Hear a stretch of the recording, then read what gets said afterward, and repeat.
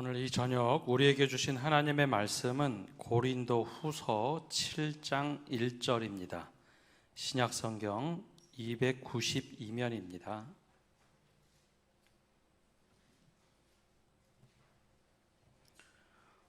우리 고린도 후서 7장 1절의 말씀 한 절입니다. 우리 함께 읽겠습니다. 그런즉 사랑하는 자들아, 이 약속을 가진 우리는 하나님을 두려워하는 가운데서 거룩함을 온전히 이루어 육과 영의 온갖 더러운 것에서 자신을 깨끗하게 하자. 아멘. 올 초에 우리 교회에 와서 말씀을 전해주신 홍용희 목사님은 초등부 그리고 또 아동부를 거의 한 25년 정도 섬겼던 목사님입니다. 우리 교단 아동부 성경학교 강습회나 혹은 모임 부흥회가 있으면 자주 가서 집회를 했는데요. 그분이 사용하는 그 그림 중에 재미난 그림을 한번 보여준 적이 있습니다. 한번 그림을 띄워줘 보시면요, 은혜라는 그림입니다. 예수님이 한가운데 있고 온 가족이 아주 정갈한 옷을 입고 서 있습니다. 이것을 보고 우리는 은혜라고 인식을 합니다. 근데 또 다른 그림이 있는데요. 또 다른 그림 한번 띄워줘 보시면 좀 잘 보이시나요? 저 그림에는 락 음악 하는 사람도 있고 외계인도 있고 술집 여자도 있고 때로는 심지어는 저 구석에 보면 마약하는 사람도 있습니다. 그런데 그들이 주님을 만나고 활짝 웃으면서 표현을 합니다. 그래서 저 밑에는 어메이징 그레이스, 정말 놀라운 은혜라라고 붙여놨습니다. 어떤 그림이 더 마음에 드십니까? 이렇게 하니까 잘 비교가 안 되죠. 다음 장 보시면은 두 개 해놓은 거 보시면 오른쪽이 더 마음에 드십니까? 왼쪽의 그림이 더 마음에 드십니까? 은혜. 오른쪽이요, 왼쪽이요? 심정적으로는 왼쪽이 더 좋죠. 예. 우리는 이렇게 정갈하게 입거나 혹은 예수님 앞에서 옷을 잘 입고 이렇게 말쑥하게 있는 모습을 은혜라고 생각합니다. 사실 내 중심에서 내가 기대하는 은혜의 모습이죠. 근데 정말 주님께서 우리에게 주시는 은혜는 내 기대와 달리 저렇게 때로는 우리가 인정할 수 없는 사람들, 또 이런 사람들은 예수 믿을 수 있는가 하는 사람들조차 하나님이 은혜를 주시고 사랑을 주시는 것, 이것을 보고 우리는 놀라운 은혜라고 얘기합니다. 근데 우리가 기대하는 바는 오른쪽에 있는 그림보다는 왼쪽에 있는 모습을 더 선호하고 좋아합니다. 행여나 오른쪽에 있었던 사람들이 교회 나오면 이거 놀라운 은혜라고 이야기하기보다는 나하고 좀 멀리 있었으면 좋겠는데 라는 생각을 합니다. 왜 그럴까요? 우리가 생각하는 은혜가 실상은 내 중심적인 은혜로 받아들이기 때문입니다. 성화라는 것도 그렇습니다. 오늘 이 성화에 관하여 함께 말씀을 나누는데요. 거룩해진다라는 것도 우리가 잘못 이해를 하면 내가 거룩해져야 하니까 주변에 있는 사람들이 나로부터 멀어져야 된다, 분리가 돼야 된다라고 생각을 하는 경우가 있습니다. 내가 더 거룩해져야 되니까 너는 나하고 틀려, 다른 것보다도 틀려 하면서 세상을 좀 고립시키는 성화로 이해할 때가 있습니다. 내 중심이죠. 그런데 반대로 성화, 즉 거룩함을 잘 이해를 하면 하나님이 나를 어떻게 구별하시는가, 성숙한 믿음으로 새로운 믿음의 장을 열게 됩니다. 내가 정말 거룩하니까 사람들로부터 분리가 아니라 이 거룩한 모습으로 또 내게 주신 은혜로 그들을 품어야지, 그런 성화의 모습으로 살아가게 됩니다. 오늘은 바로 이 성화에 대하여 함께 말씀을 나누려고 합니다. 성화, 즉 거룩해진다라는 것을 가장 잘 표현하는 말씀이 오늘 우리가 읽은 본문의 말씀입니다. 우리 다시 한번 고린도후서 7장 1절 말씀 함께 읽어보겠습니다. 7장 1절입니다. 그런즉 사랑하는 자들아, 이 약속을 가진 우리는 하나님을 두려워하는 가운데서 거룩함을 온전히 이루어 육과 영의 온갖 더러운 곳에서 자신을 깨끗하게 하자. 아멘. 예. 온갖 더러운 곳에서 나 자신을 깨끗하게 하자라고 하는 것, 이게 성화라는 것을 가장 잘 표현하는 말씀입니다. 내가 점점점 깨끗해져야 된다. 그러니까 내가 더러운 곳을 피하는 것이 우리는 이제 성화라고 생각을 합니다. 그런데 더 적극적인 성화를 또 바른 믿음으로 보면 더러운 곳을 피하는 것이 아니라 더러운 곳에 가서 그곳을 거룩하게 하는 게 진짜 성화입니다. 나 자신은 더러운 것으로부터 내 내면은 정화되고 하나님 앞에서 순결해지는 것이 성화지만, 오히려 그거 내가 정말 주님 앞에서 거룩하게 되면 때로는 내가 이해할 수 없고 잘못된 곳이라고 생각하는 곳에 가서 내가 거룩하게 만드는 게 진짜 하나님께서 우리에게 거룩하게 하신 성화의 목적이라는 것이죠. 그게 바로 하나님의 부름을 바르게 이해하는 겁니다. 하나님의 부름을 받는 것, 이 성화라는 것이 얼마나 중요한지, 하나님의 부름을 받으면 우리가 지난주에 본 것처럼 우리는 주님의 자녀가 됩니다. 양자가 된다. 즉 하나님께서 우리를 자녀 삼으셨다고 하죠. 그러면서 우리에게 특권이 주어집니다. 죄의 종에서 하나님의 자녀로 딱 살면서 우리는 하나님께 특권을 받게 됩니다. 그러면 그 특권을 나만 누리고 사는 신앙은 이기적인 신앙입니다. 그는 내가 신앙을 갖되 좋게 포장해서 신앙이라고 하지만 내면에는 나만 남아있는 신앙입니다. 내가 나를 위해서 특권만 사용한다면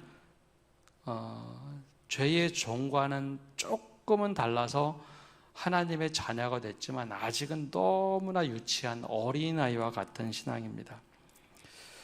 이 과거에는 이런 어린아이와 같은 신앙을 격려를 많이 했습니다. 하나님께 떼쓰고 기도하면 정말 좋은 믿음이다. 그런데 정확하게 말하면 떼쓰고 하나님께 막 기도하는 신앙은 어린아이의 신앙입니다. 내 뜻대로 안 되면 하나님께 엊그장득 기도하고 하나님께 울부짖고 매달리게만 하는 신앙. 사실 내 생각을 하나님께 대입하는 거죠. 하나님 이거 해주셔야 됩니다. 그런데 성화라는 것, 좀 더 거룩해져 하는 것에 대한 열망이 있으면 어린아이의 신앙에서 조금 더 성장을 해서 어른의 신앙으로 성숙하게 됩니다. 어린아이의 신앙을 가지고 있으면 신앙의 길에서 이탈하기가 쉽습니다.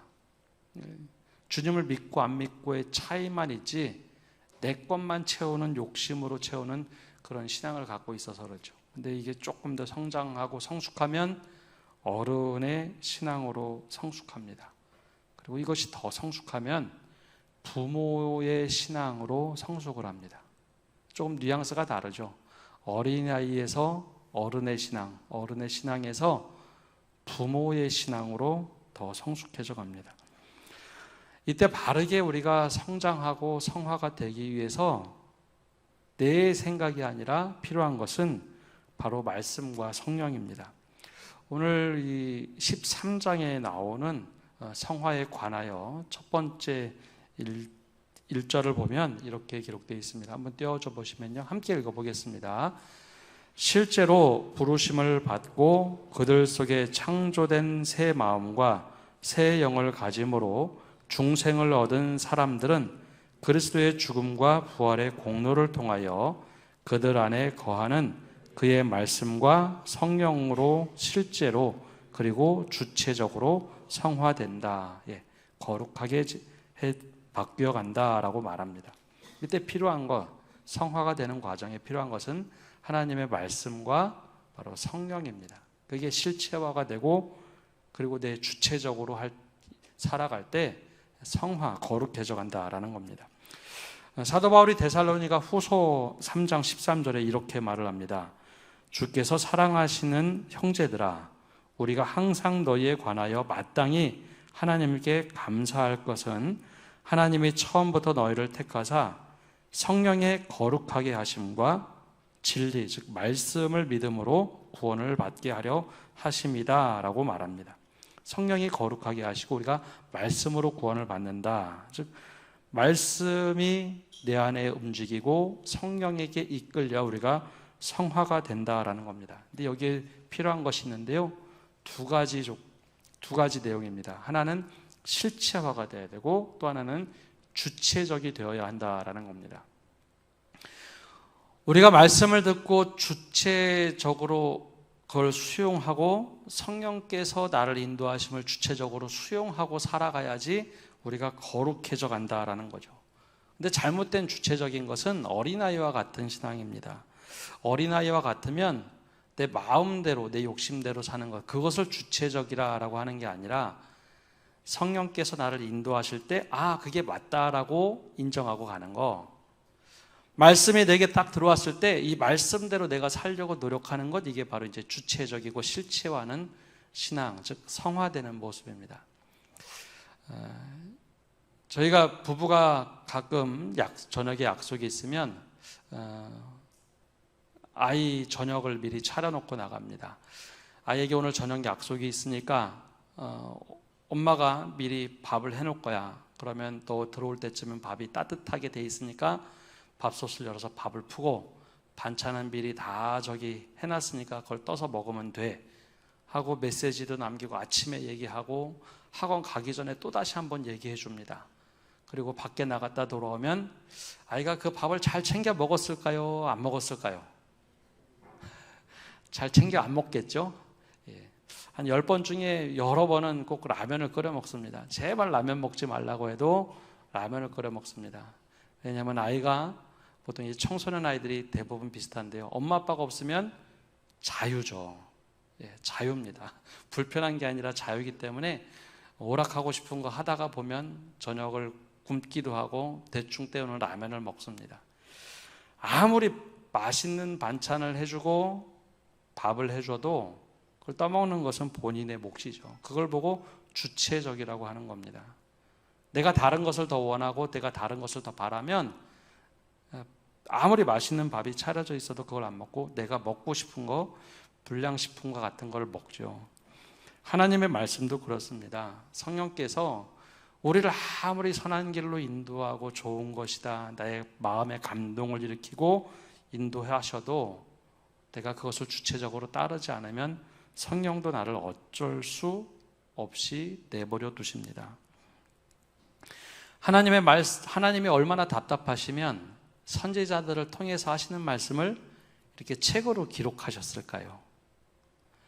원래 구약 성경을 보면 하나님은 늘 선지자들을 통해서 말씀하시는 하나님입니다. 그래서 들으라 이스라엘아, 쉐마 이스라엘, 그리고 계속해서 말씀하시죠. 근데 잘 듣지 않습니다. 아무리 좋고 선한 것을 말씀하셔도 그걸 듣지 않고 주체적으로 잘못 살아가면 아무리 말씀이 옆에 있고 말씀을 베고자 하고 말씀을 펴놓고 살아도 말씀대로 따르지 않으면 아무런 의미가 없습니다. 바로 여기서 성령과 말씀이 내 안에 들어올 때 그것을 실체화하고 주체적으로 하는 것은 내 몫이라는 거죠. 근데 어린아이와 같은 신앙일 때는 우리가 자꾸 내 생각이 옳다라고 생각하고 내 뜻대로 합니다. 그리고 그걸 믿음이라고 이렇게 포장해 놓으면 스스로 믿음이 좋은 줄 알고 착각을 합니다. 성령이 알려주고 끊임없이 이거 아니라고 성경에도 기록되어 있어도 내 믿음은 이렇게 하는 게 제일 좋은 것 같아. 내가 원하는 교회, 내가 원하는 신앙관, 내가 원하는 것을 가지고 그거대로 살면서 나는 신앙이 좋다라고 생각합니다. 아이들이 그러죠. 아이들은 세상에서 제일 자기가 똑똑하고 제일 많이 안다고 생각합니다. 초등학교 한 2, 3학년 되면 매번 하는 얘기가 엄마 이거 알아? 아빠 이거 알아? 내가 세상에서 제일 많이 안다는 거죠. 바로 그런 유치한 어린아이와 같은 신앙을 가질 수 있습니다. 그래서 우리가 말씀을 그리고 성령을 어떻게 따를 것인가, 그게 바로 내 안의 주체성이라는 거죠. 하나님께서 우리를 인도하시는 방법을 우리가 익히지 못하면 우리 10년, 30년, 50년 신앙생활 해도 어린아이의 신앙에 머무를 수 있습니다. 그러면 그 신앙관을 가지고 있으면 참 불행한 겁니다. 그러면 하나님께서 주신 말씀과 성령을 따르면 어떤 일이 일어나는가? 두 번째 1장 2절의 말씀 교리를 보면 이렇게 되어 있습니다. 두 번째 자막대로 함께 읽어보겠습니다. 사람을 지배하던 죄의 권세는 파괴되고 그 죄에서 나타나는 여러 가지 욕심은 점점 약해져서 죽고 그들은 모든 구속적 은혜 안에서 참다운 거룩한 행동을 실천하기 위하여 점점 자극을 받고 강건하게 된다. 사실 거룩한 행실이 없이는 아무도 주를 볼 수가 없다. 성화라는 것의 기본 원리는요, 내가 말씀과 성령을 따라가면서 내 안에 있던 죄의 권세가 점점 무너지는 것, 이게 바로 이 성화의 첫 단추입니다. 나를 조종하던 주체가 나라는 주체에서 말씀으로 바뀌고 내가 그것을 어떻게 따라갈 것인가, 내가 그렇게 살아가는 것이죠. 그러면 내 삶에서 죄라는 것이 점점 줄어들고 성령에 이끌려 살아가는 시간들이 점점 많은 것, 이게 성화되어서 살아가는 겁니다. 나를 향한 욕심이 점점 사라지고 은혜 받은 것에 대해서 감사함이 있는 것, 그게 바로 선순환이 되면 우리가 점점 거룩해져 가는 겁니다. 그런데 그걸 내가 거부하고 난 그렇게 살기 싫어, 나는 내 뜻대로 살 거야, 그러면서도 믿음이라고 한다면 계속 어린아이와 같은 신앙, 그 이상 바뀌지 않습니다. 마치 우리가 더 하나님께 잘 보이기 위해서 사는 것, 그것 또한 어린아이와 같은 신앙입니다. 내가 정말 하나님의 은혜로 내가 살아가다 보니 내 삶이 바뀌는 것, 이게 좀 더 성숙한 신앙이죠. 바로 그 근거가 말씀과 성령을 통해서 나를 계속 건드리고 만지기 시작하면 불편해지는 일이 굉장히 많습니다. 죄가 아니었던 게 죄로 보이기 시작하고요, 불편하지 않은 것들이 불편해 보입니다. 그러면 성령이 내 안에서 내 양심을 자꾸 툭툭툭툭 치는 겁니다. 그럼 거기에 반응할 줄 알아야죠. 거기에 반응하면서 내 스스로를 한번 돌아보고 정말 주님이 원하시는 것이 이것이구나, 이렇게 따라가는 게 내 삶이 어제보다는 오늘이, 오늘보다는 내일이 바뀌는 삶을 사는 겁니다. 근데 그렇게 하지 않는 것이 우리의 모습입니다. 요즘 새벽에 나누는 에스겔 선지자의 말씀을 보면 이게 너무나 정확하게 나옵니다. 이게 우리만 그런 게 아니라 이스라엘 백성이라고 했던 선민들조차도 그렇습니다. 나라가 막 망해갈 때 이스라엘 백성들이, 특히 남유다 백성들이 이렇게 생각을 합니다. 우리가 포로로 끌려가는 대신에 예루살렘에 남아서 성전을 지키고 예루살렘 도읍을 지키면 하나님이 이 시온산을 거룩하게 지켜주실 거야. 포로로 끌려가지 않기 위해서 아웅바웅하면서 예루살렘에 남아있던 사람들이 있습니다. 바벨론이 침략하고 느부갓네살 왕이 1년 반 동안 토성을 쌓고 그곳에 완전히 멸망을 시키려고 할 때 끝까지 남은 사람들이 있습니다. 포로로 잡혀가는데 끝까지 안 잡혀간 사람들. 그 사람들이 기대치가 있어요. 하나님, 우리가 얼마나 열심히 믿음 지켰는지 아십니까? 근데 하나님이 의외의 말씀을 하십니다. 예레미야 시대부터 미가 선지자를 통해서 또 에스겔 선지자를 통해서 그러지 마라. 너희가 진짜 포로로 끌려가서 믿음을 지키면 내가 그곳에서 살려주고 다시 고향으로 돌아오게 할 거다. 그게 진짜 내가 원하는 일이야 라고 성령을 통해서, 선지자의 말씀을 통해서 아무리 들려줘도 이미 내가 믿음으로 살겠다고 결심한 사람들이 절대 마음을 바꾸지 않습니다. 여기 내가 지켜야지 누가 지키냐 하면서 예루살렘에 남아버리죠. 하나님한테 따집니다. 왜 하나님 우리에게 이렇게 하십니까? 근데 하나님의 그 이야기를 내가 더 이상 듣지 않겠다 하시면서 실제로 예루살렘을 완전히 멸망을 시킵니다. 그리고 남유다 역사가 끊어지죠. 나는 믿음이 좋다고 열심히 내 뜻대로 하는데 그것이 아닌 경우가 있습니다. 그런 경우가 대부분 어린아이와 같은 신앙입니다. 하나님 이거 내 뜻대로 해주셔야 되잖아요. 이게 성화의 단계, 내 욕심과 싸워서 말씀이 지는 겁니다. 오히려 하나님의 말씀대로 살기 위해서 내 욕심을 한번 꺾는 게 진짜 성화의 길을 가는 거죠. 하나님께서 우리에게 그게 바로 성화라고 말씀해 주고 계십니다. 그럼 두 번째, 그럼 이 성화라는 것은 한 번 그렇게 딱 하면 되는 것인가? 하나님께 내 욕심을 한 번 꺾고 내 죄를 딱 넘어서 한 번 그렇게 하면 되는 것인가? 그것이 아니라 평생에 걸쳐서 내 안에 쑥쑥 올라오는 죄와 욕심을 자꾸 꺾고 주님 앞에 말씀으로 계속 부딪혀 보는 겁니다. 그러면서 우리가 말씀으로 변해가는 것이죠. 그래서 이 성화에는 성경에는 나오지 않지만 대개 한 3가지 정도의 단계가 있는 것 같습니다. 물론 5단계로 이야기하는 분들도 있는데요. 간단하게 보면 어린아이의 단계가 있고 어른의 단계가 있고 부모의 단계가 있습니다. 그럼 이 교리에서는 이걸 어떻게 얘기할까요? 두 번째 2절에는 이렇게 되어 있습니다. 우리 한번 같이 읽어보겠습니다. 이 성화는 전 인격을 통해서 이루어지는데 이 생에서는 불완전하다. 왜냐하면 모든 부분에서 부패된 어떤 부스러기가 아직도 남아있기 때문이다. 거기에서 계속적으로 화해할 수 없는 싸움이 일어난다.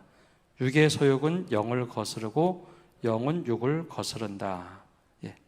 육신의 모습을 가지고 있는 한 계속 이 갈등은 지속이 됩니다. 끊임없이 내 내적인 싸움이 있죠. 사도 바울은 너무 힘드니까 오호라 나는 공고한 사람이라 이 사망의 몸에서 누가 나를 건져내랴라고 울부짖기도 했습니다. 그러면 이게 과연 어떤 신앙의 단계가 있을까? 어린아이 신앙에서는 싸워야 할 단계가 아주 기초적인 죄입니다. 분명히 예수님을 믿고 거듭나긴 했는데 어설픈 거듭남이 있습니다. 말씀의 샘물가에 앉아도 갈급함을 느껴요. 성경책 옆에 있어도 이거 읽지 않기 때문에 늘 갈급합니다. 내가 노력하는 것 같지만 다른 사람을 보고서 판단할 줄은 알지만 내가 직접 매달려서 기도하지는 않습니다. 여기서 싸워야 할 것은 자기 자신이 가지고 있는 육의 기초적인 소욕입니다. 죄죠. 여기에 있는 사람은 늘 기도를 하더라도 주님 이거 주십시오라는 기도 더 이상 넘어가지 않습니다. 불평, 불만이 늘 있죠. 내가 원하는 대로 되지 않으면 하나님께 짜증을 냅니다. 사람들에게도 짜증을 냅니다. 내가 잘 안다고 생각하는 어린아이의 신앙, 다음 단계를 넘어가 보지 않으니까 만약에 믿음이 좋은 사람이 있으면 야, 뭐 믿음이 저렇게 좋아가 아니라 유치하다고 생각하고 부러워하지 않습니다. 어린이들이 사실 그렇죠. 근데 이 단계를 딱 넘어가 보면 다릅니다. 다고다고 하는 신앙에서 어른의 신앙으로 한번 이렇게 딱 넘어가 보면 어린아이의 신앙이 유치해 보입니다. 어른의 신앙에는 나름대로 육의 소욕이라는 게 갈등이 다릅니다.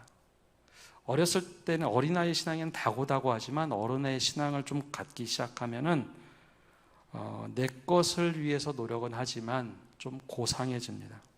스스로 감출 것은 감추고 괜찮은 척은 하는 오류도 있지만 적어도 어린아이의 신앙과 그것을 보면 되게 유치해 보입니다. 이 신앙의 단계는 조금 더 성숙하고자 하는 열망도 있습니다. 내가 어른이니까, 내가 어른의 신앙을 가지고 있으니까 이 정도는 내가 해야지. 주님께 다고다고 하는 것에서 주님 제가 이제는 어떻게 할까요? 기도로 바뀝니다. 이게 성화되는 모습이죠. 육신의 소욕을 갖고 싸워도 다고다고 하는 것에서 주님 제가 어떤 거를 내려놔야 될까요? 어떤 거를 포기해야 될까요?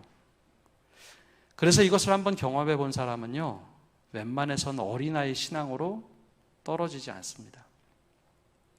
어른의 신앙에서 조금 더 올라가다 주저앉아도 어른의 신앙을 좀 유지하려 하는데 어린아이의 신앙에 있던 사람은 어른의 신앙으로 올라오기까지가 굉장히 힘이 듭니다. 서로 질적인 차이가 나죠. 그만큼 그 단계에 오르면 영과 육의 소욕에 대해서 우리가 좀 깊이 고민하기 시작합니다.